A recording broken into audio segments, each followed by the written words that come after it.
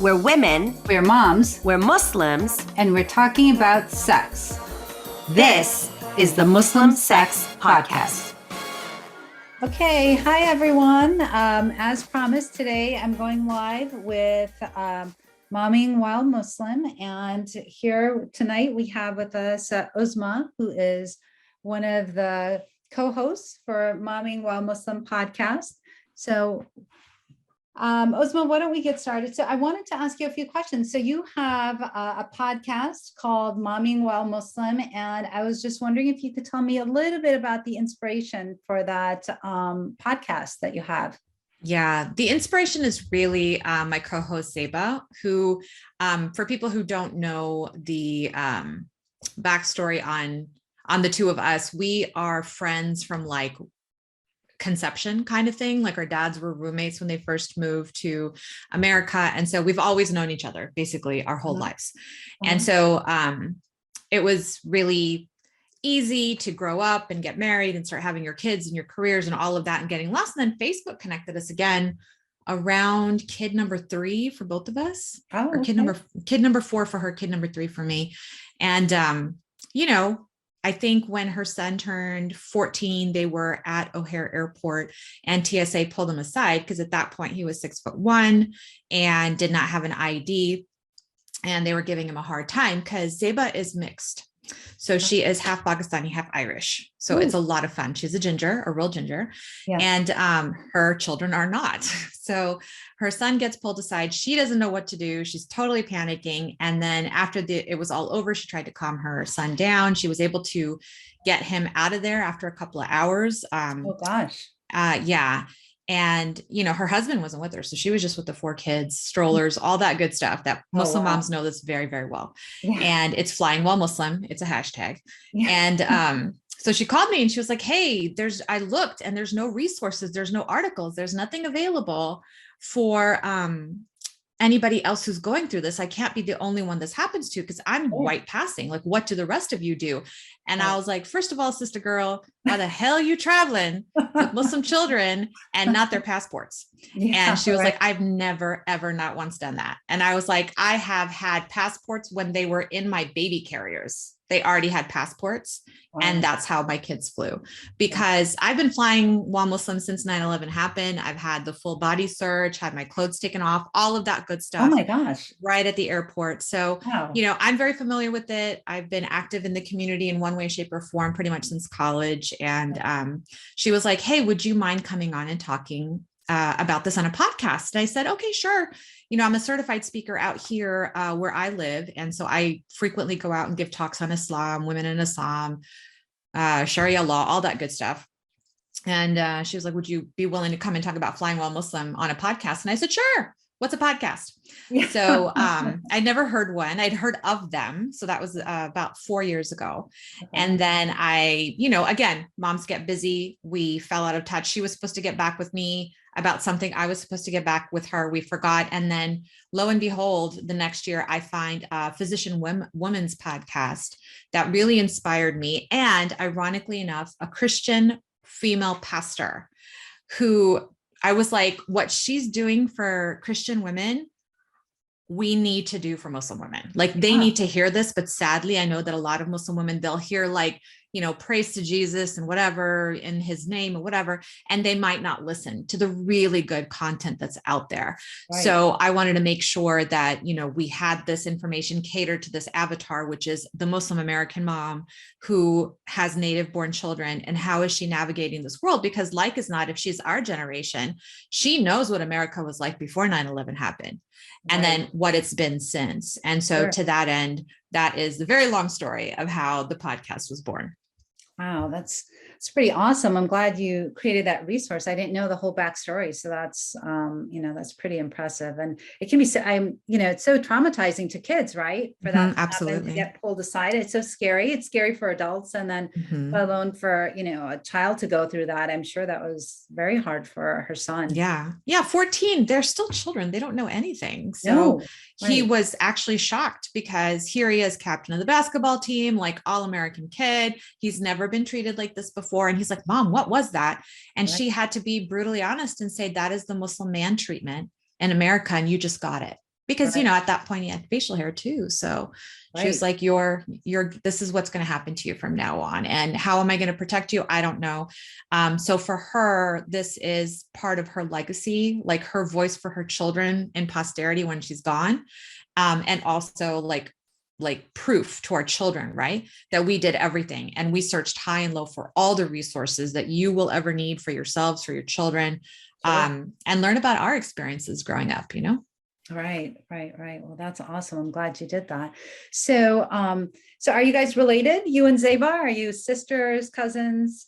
Yeah, no, that's the thing. We're completely not genetically related, but we are sister girlfriends. Like I said, we're second generation friends. Our dads are roommates, and we are actually having a parents reunion after probably 20 years locally. So I've invited all of the parents here. The kids are coming in so that we can get all the old folks together and just, have a party. It's just, that's what we do when we all get together. It's been a really long time since that's happened because all the kids went out, spread all over the country and did their thing. So we're bringing them all back home.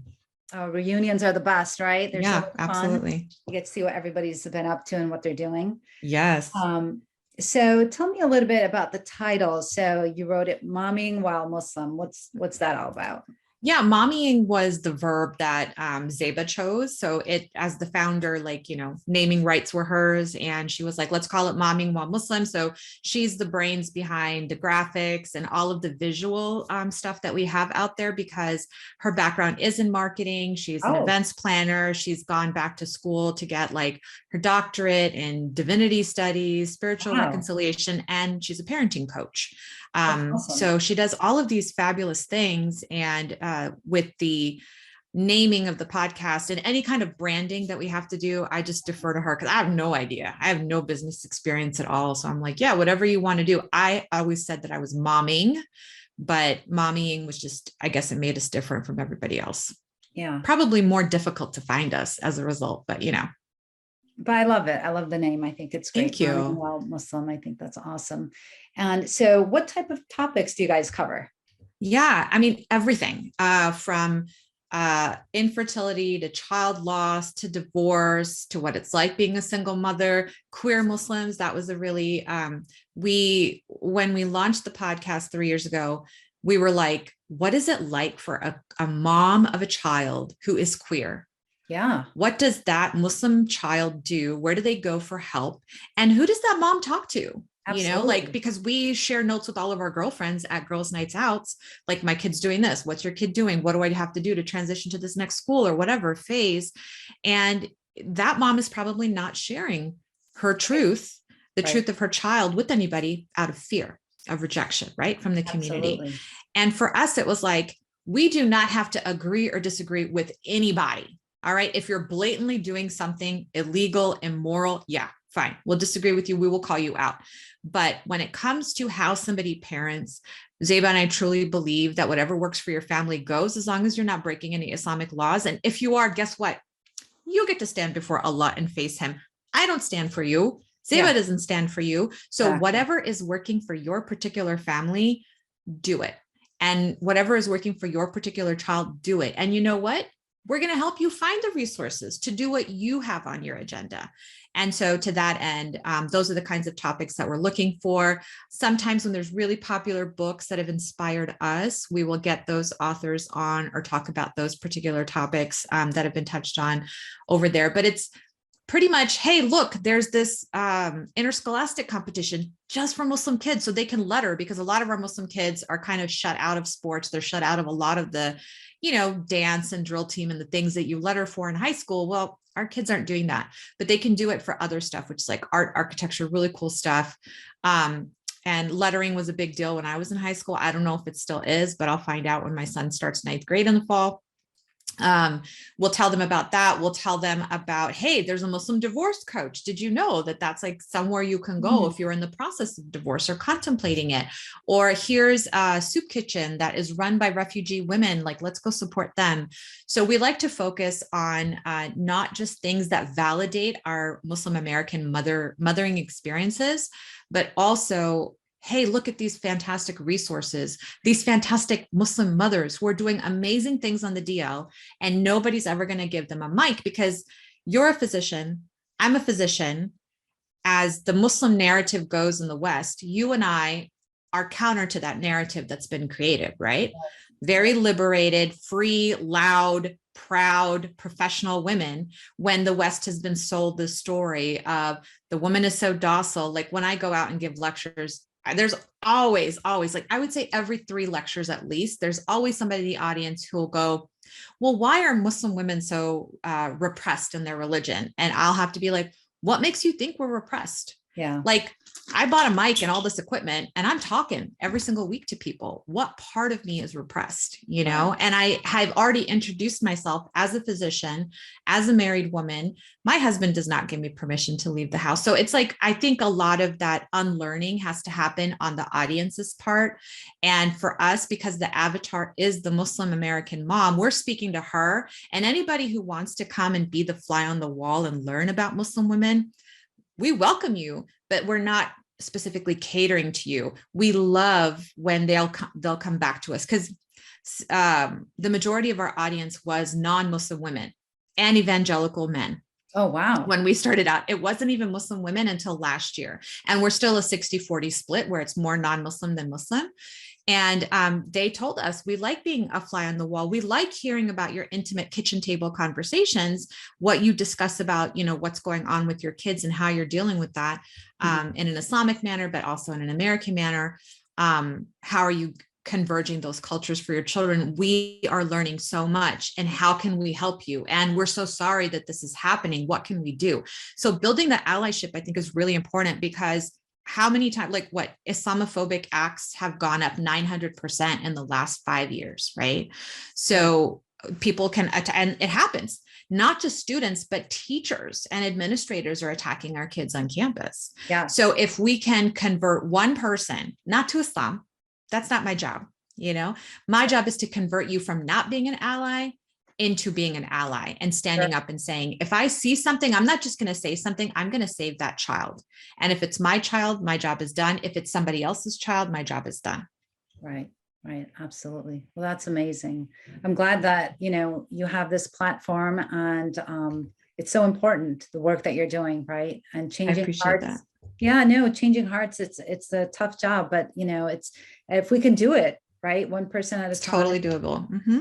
It'll be worth it, right? If it's that one child, and that child, you know, is saved from harassment or bullying or, you know, whatever's going on, it will definitely be worth it. Absolutely. Yeah. Yeah. So tell me, how do you go about organizing your episodes? Yeah, so we spent a lot of time on the production side, mapping it out. So that's my side of what I do. So Zeba does the public stuff, I do the backstage stuff. And for me, it's really important to have like our 6-month schedule set. And the way it made sense to me is, again, modeled off this Christian pastor's podcast. And so she has a series. She has multiple series that change based on numbers. So sometimes there could be 6 episodes in a series or 8 episodes in a series. We stick to 4 episodes in a series. And what that means is that month, the series is going to be about this. So for example, September of last year was queer Muslims. I believe October was Muslims and disability awareness. So every single episode in that month is going to fall under there. And we're going to find moms that know about these things, moms that have experienced these things, to come on and share with the rest of our mom audiences, like, hey, these are the organizations that we have, or these are the challenges that we faced. And this is, you know, how we overcame. So that's how we organize it. We drop our episodes every Thursday. The audio is published. On Mondays, we have a private kind of audience. It's like a membership, right? It's a Patreon. So the patrons will get our audio video, the uncut version, Monday nights. Thursday, the clean audio is sent out to everybody on all of your podcast apps. So Apple, Stitcher, iHeartRadio, Amazon, Alexa, everywhere, wherever you listen to podcasts. Not on Spotify. We are no longer on Spotify. And that's voluntary. So why is that? Can you tell me why is that? It was the recent discussion about Spotify allowing people to have the mic. So free speech, we're American, we absolutely believe in it. But when somebody's going out and blatantly telling lies to people without, you and I had talked earlier this morning on the IG Live about having qualifications. Right. And if you're not qualified in infectious disease or epidemiology or vaccines, STFU, right? Like sit down and let the experts handle it. Like we got this. And we are sick of signing death certificates, and we are sick of holding families' hands and explaining to them that this was avoidable, but now it is true. It is really happening. And yes, this is the diagnosis that is killing them. So to that end, a lot of podcasters and a lot of major players in the audio industry left Spotify as a result. We are tiny little bugs, like we're nothing. But for us, it was a conscientious endeavor. Like we're not going to align with any company that allows untruths and misinformation to continue to be pervasive in our society. It's hurting us. So Thursdays, that edited audio goes up, and Fridays, the video is released on YouTube, Facebook, wherever you want to watch it. Nice. Very nice. And so I think you mentioned a little bit about your publishing schedule. And you also talked about how many episodes are in which one. So why is it so important for you to have Muslim women on the mic? You know, that's the thing. Muslim women are so tokenized, right? Like they love taking pictures with them, the media, the West. I also did a lot of, not a lot, but a handful of humanitarian missions abroad. And it left a really bad taste in my mouth because there was, again, a lot of tokenization by Muslim women, even by Muslim men and women, you know, but definitely when I did those trips with non-Muslims, I saw that we were all trying to make ourselves feel better, but we weren't making a lick of difference because the bombs are still falling. The refugees are still coming. The women are still losing their basic human rights, which is safety, food, shelter, and healthcare, right? So I don't feel better about myself by going and providing free medical care for a week. Like I feel like crap because this was all 100% avoidable. So anything that we see in the news, and even now you can see it, like they're putting out videos of the Ukraine and women this and women that, and go back and look at what that video is. It is not from the Ukraine. It is Muslim women that they're posting that are fighting the Russian oppressors or any oppressors.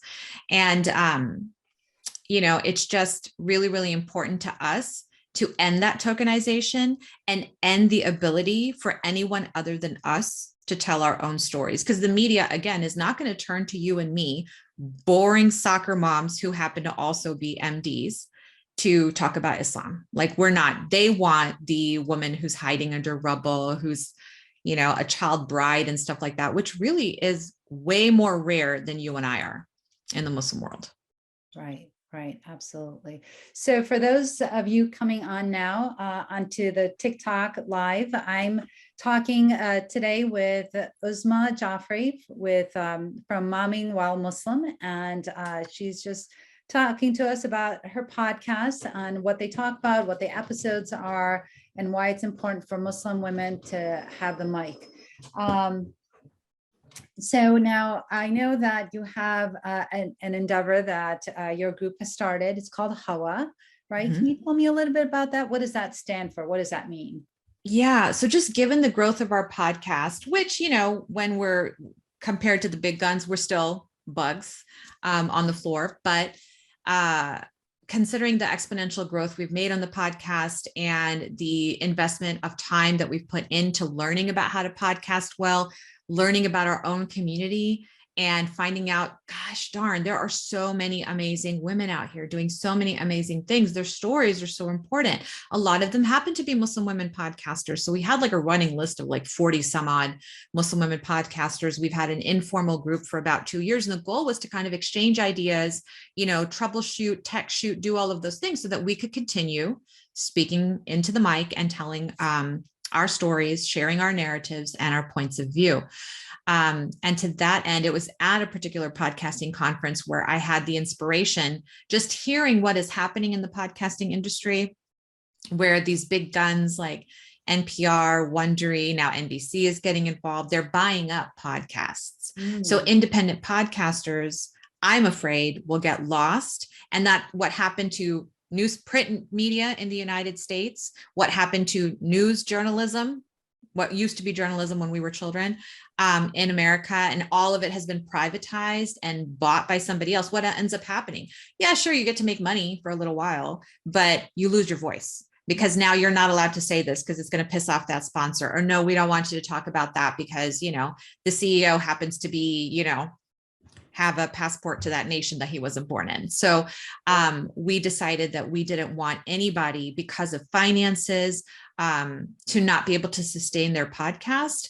And we're inspired to create the HAWA Collective. And HAWA in some languages means air, but it also happens to be the Arabic name for Eve. So it's the Arabicization of Eve, first woman. And Eve has been so important in my whole life since like ninth grade biology class. I've loved Eve theory, whereby if you've ever done a 23andMe kit, you know that your lineage is only traced. They can only tell you what your maternal lineage is. They can't tell you your paternal lineage, because we only get the little DNA bit from our dad's sperm. And then that sperm dies outside of the egg. I mean, Dr. Sadaf is the OB-GYN, so you know this backwards and forwards. So really your dad contributes nothing. But all of our cytoplasm in that cell, all of our powerhouses of the cell, the mitochondria, which has its own DNA, is coming from our moms. And Eve theory proposes that if you trace all of your mitochondrial DNA going back each generation, you can go back to the actual DNA of Eve. And that to me it's incredible, because that means that every single woman on this planet is connected. We are all related. We all have the same lineage back to the same original mother. And it's like in Islam, right? Your mother is the parent that gets more emphasis. So, you know, to that end, we created this collective whereby we're recruiting. Right now, it's just going to be 10 podcasters so that we can earn some grant money. We have filed as a nonprofit now, so we want some grant money for people who want to sponsor Muslim women's voices, but it's open to non-Muslim women as well. And they are, you know, showing interest. Nobody's actually sent a contract, I don't think yet, but the goal is to decrease some of that financial pressure that podcasters feel that ends up making them pod fade, which means usually about after 9 episodes, people will not podcast anymore because, you know, it's a very slow growing business. I don't know if you've noticed with your numbers, it takes a long time. And so you go from like the 75 downloads a week to the 100. And, you know, it's just a snail's pace for some people. I mean, for some people it works. It's great, you know, but we didn't have followings before we started. We're literally from the ground up. And so we would love to see Muslim women podcasting into posterity and not losing those voices. So that's what HAWA Collective was started for. Mommy and While Muslim got inspired by all of these fabulous women and said, no, we're going to HAWA this, and all ships will rise together. That's awesome. Yeah, no, I think that's great. And I'm proud to say that I'm one of the members. So I'm really excited about it, excited to see what happens next.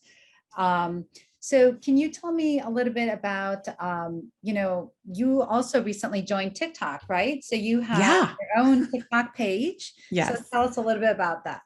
So we originally were on TikTok as Momming While Muslim, and then were advised that, you know, your account sucks in very nice words, very, very nice words.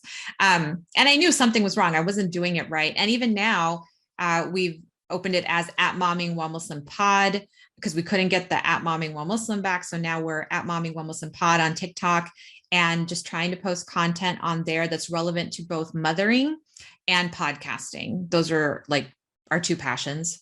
Right. So that's where we are. We're @MommingWhileMuslim on Instagram and Momming While Muslim on Facebook. I think we also have a Twitter page, but I don't check that. We have a VA who does that part. So that's awesome.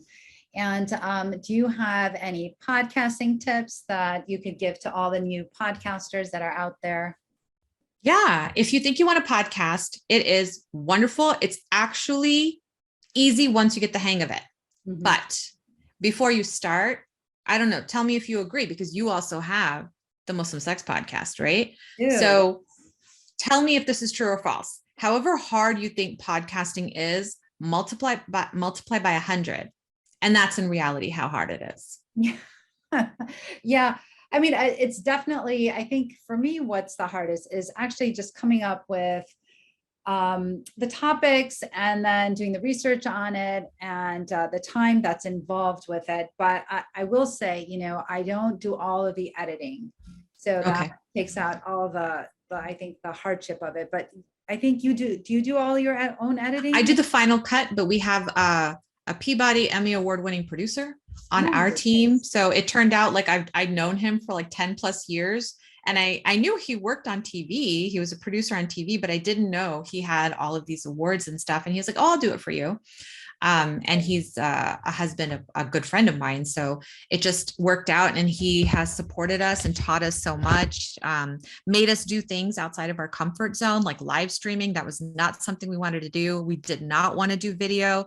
He forced our hand and said, you must do this. If you're not going to do regular YouTube videos, then you have to do your podcast on video.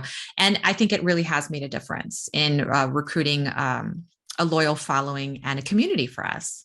Yeah, that's awesome. Now, how about some momming tips? Can you give us some momming tips? Momming tips. Okay. For the young moms, I'm going to break it down in one word. In one sentence. There's no manual. Yeah. I was so disappointed, Dr. Sadaf, when I was like, there's not one book, because how many books did we have in medical school? And the answer was always there.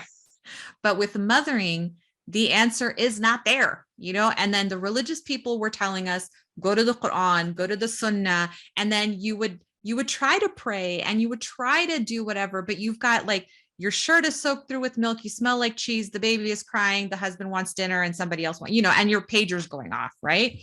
So I was trying to figure out so desperately while I was a resident and had 3 babies under 3, like, how do I make this happen?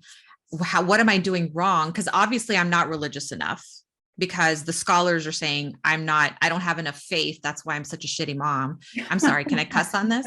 And then, I can't relate to these other women who are like, oh no, it's my way or the highway. I'm not taking parenting advice from anybody like my in-laws or my parents, but in Muslim culture, that's the only people that you have. We have our postpartum culture is so different than Western postpartum culture. And there are beautiful parts of it and beautiful rituals in it, but there are also, there's some toxicity in there that can really handicap important things like breastfeeding, that essential nuclear family relationship as it's starting, and then maternal confidence, which I think is really important. And I suffered from postpartum depression and psychosis, and it was really, really scary. I was a physician. Wow. I knew what was happening to me. Oh my God. And here's the crazy thing. The closest I ever got to treatment was I lost it. I put the baby down and I ran, because I was like, I don't want to hurt the toddler. I don't want to hurt the baby. And I just went downstairs and into the car and told my husband, watch the babies, I'm leaving. No shoes. And I was a mile away before I realized at a light that I had no hijab on. Wow. And I was like bawling my eyes out. And the closest place that I could stop was the ER. And I was like, okay, let me just prep myself to go in there, because I need help. Like I need help right now. But I cried for a couple of hours. I think I took a nap and I went home. And I'm a physician. I know better. Like I needed to be medicated. I probably needed to be in a facility for a while. Yeah. But that didn't happen. And I wasn't smart about it. And alhamdulillah, it took a while. It took about 2 years to recover, maybe 3. Yeah. But it made me a better doctor, I think, because I could screen for it a lot better in my patients. I could tell them it's okay if breastfeeding is causing you so much anxiety. You do not have to do this. Absolutely. There is no medal for suffering. Nobody's going to give you a trophy for your suffering. Yeah. So yeah.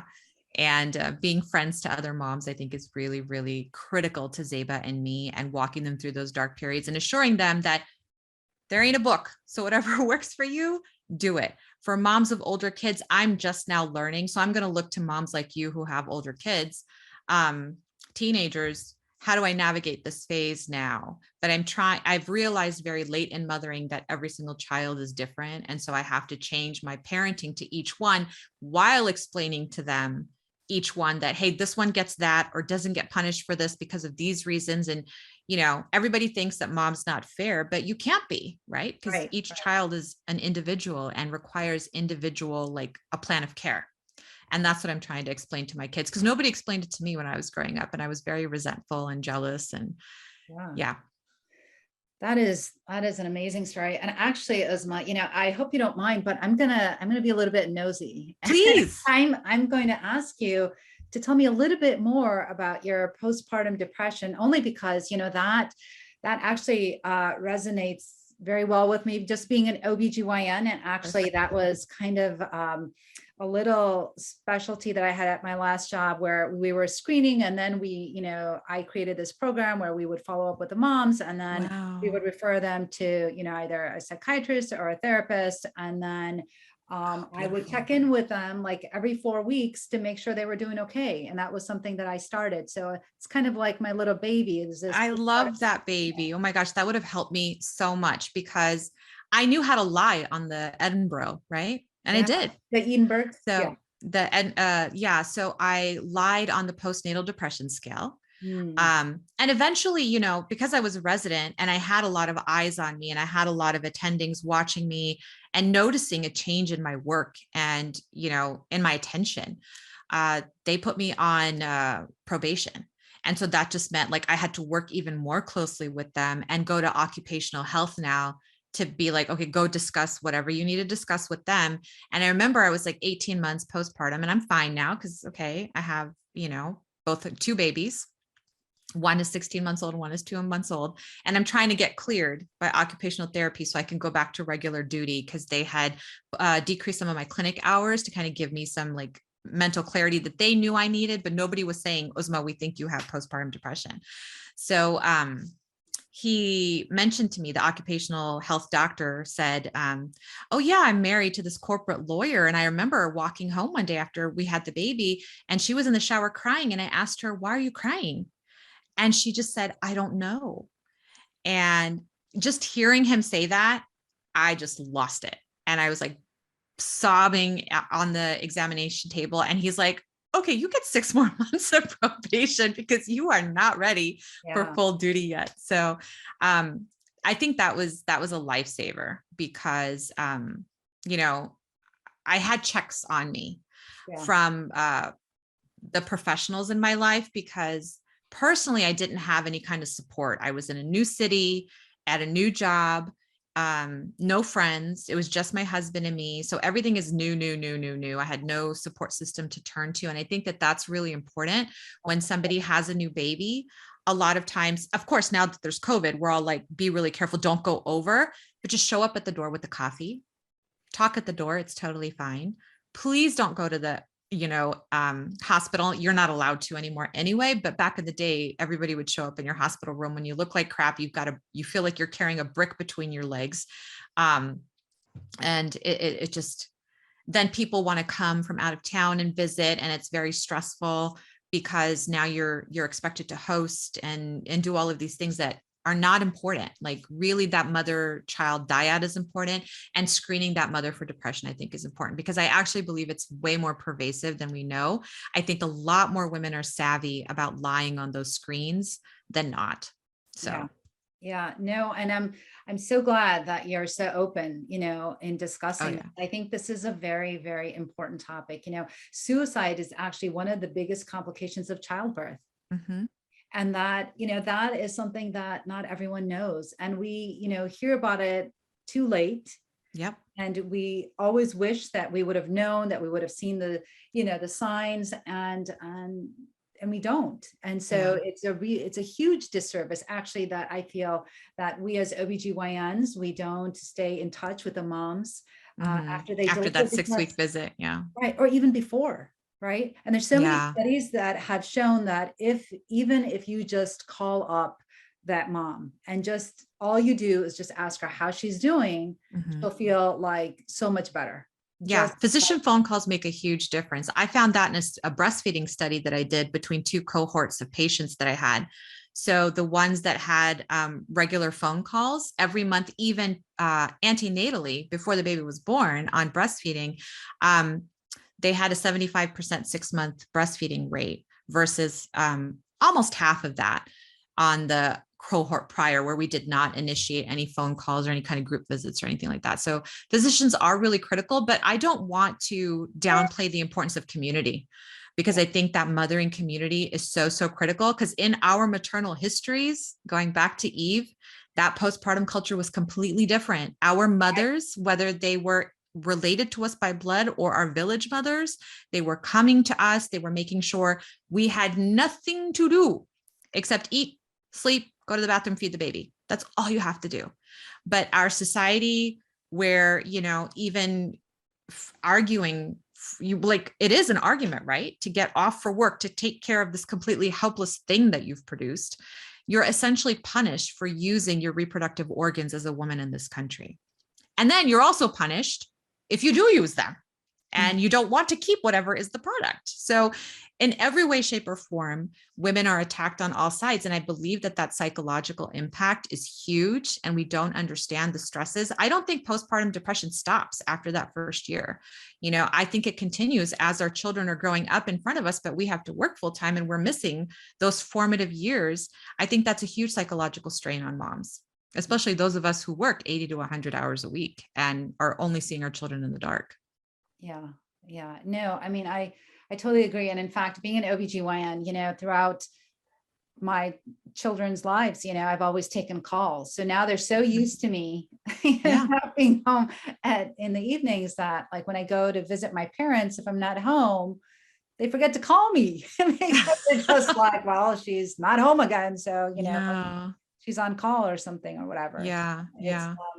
It's just different, but I'm still grateful though, actually, that I get to deliver babies and be a part of a woman's life in that sense. And I think that's amazing. So for people that are just joining us now, I'm on live with Uzma Jafri from Momming While Muslim, and she has a podcast, and they have episodes that come out every week on different topics, and each month is dedicated to a different topic. And they have guest speakers come on, and it is an amazing podcast. And I'm so grateful that I met you and, learned of all the topics and all the good that you're doing within the community. So that's excellent. And likewise, I'm excited about Muslim Sex Podcast too. Very excited about it. Thanks. Yeah.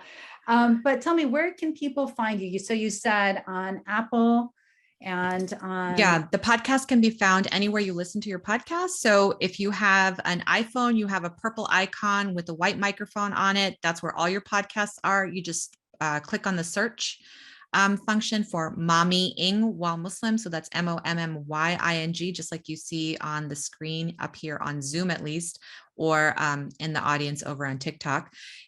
We are also on Stitcher, Castbox, iHeartRadio, Amazon. You can ask Alexa or your Roku TV to play us. So, if you're driving and you have that smart car thing, you can do that too. Or you can just go to our webpage, which is mommyingwhilemuslim.com.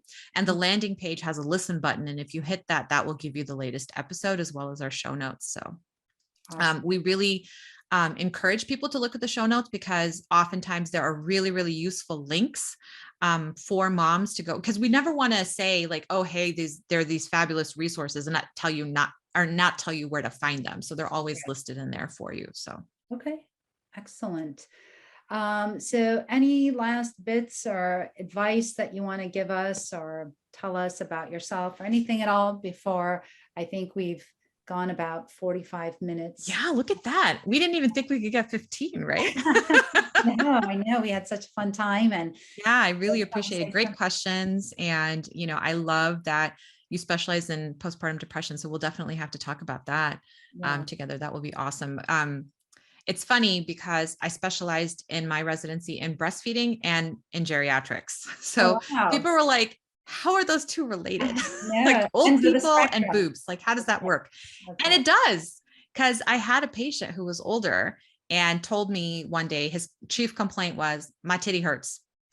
And I knew exactly why, because he was on a medication that causes breast tissue growth in anybody. And in men, it's a problem. So I was like, oh, I know what's happening. So we'll stop doing that one. Yeah. So just my final comments are, what was the medication that he was on? Oh, it was spironolactone. I'm sorry. Oh. Yeah. Interesting. Yeah. There are some antipsychotics that do it too, but just regular old medicines for your heart can do it. Interesting. Yeah. So that was really fun. But my final comments to everybody are, first of all, thank you for coming on the live. And I apologize profusely for not being able to come up on the screen on the TikTok, but I hope you appreciate it on the Zoom. Wow. And come on over to our TikTok at Momming While Muslim Pod and tell us what we're doing wrong. I have no idea right now. I think why. Sorry? I think you're doing a lot right. Yeah, we are doing a lot right everywhere else. So TikTok is I guess, a learning curve for, what do my kids call me right now? Currently boomer. So yeah, it's a boomer problem, I think, but I see lots of boomers slaying on TikTok. So I'm like, that they're my generation or older, and they're doing a really good job. So I just appreciate that so many people have opportunities to learn from people like you, and hopefully to give us a chance to teach them a thing or two, or to validate some of the experiences that they're having. We're here for all moms. We don't care what your background is. So Awesome. Awesome. Well, thanks so much. And I appreciate it. And so I think, everybody, it's almost approaching the hour. So I think we'll sign off. But thanks so much again, Uzma, for joining. And hopefully we'll have more conversations and go live again. And so thanks to everyone that joined and came on and to listen to us and hear us talk. I really appreciate it. And until next time, this is Dr. Sadaf at Dr. Sadaf OBGYN. Thanks so much.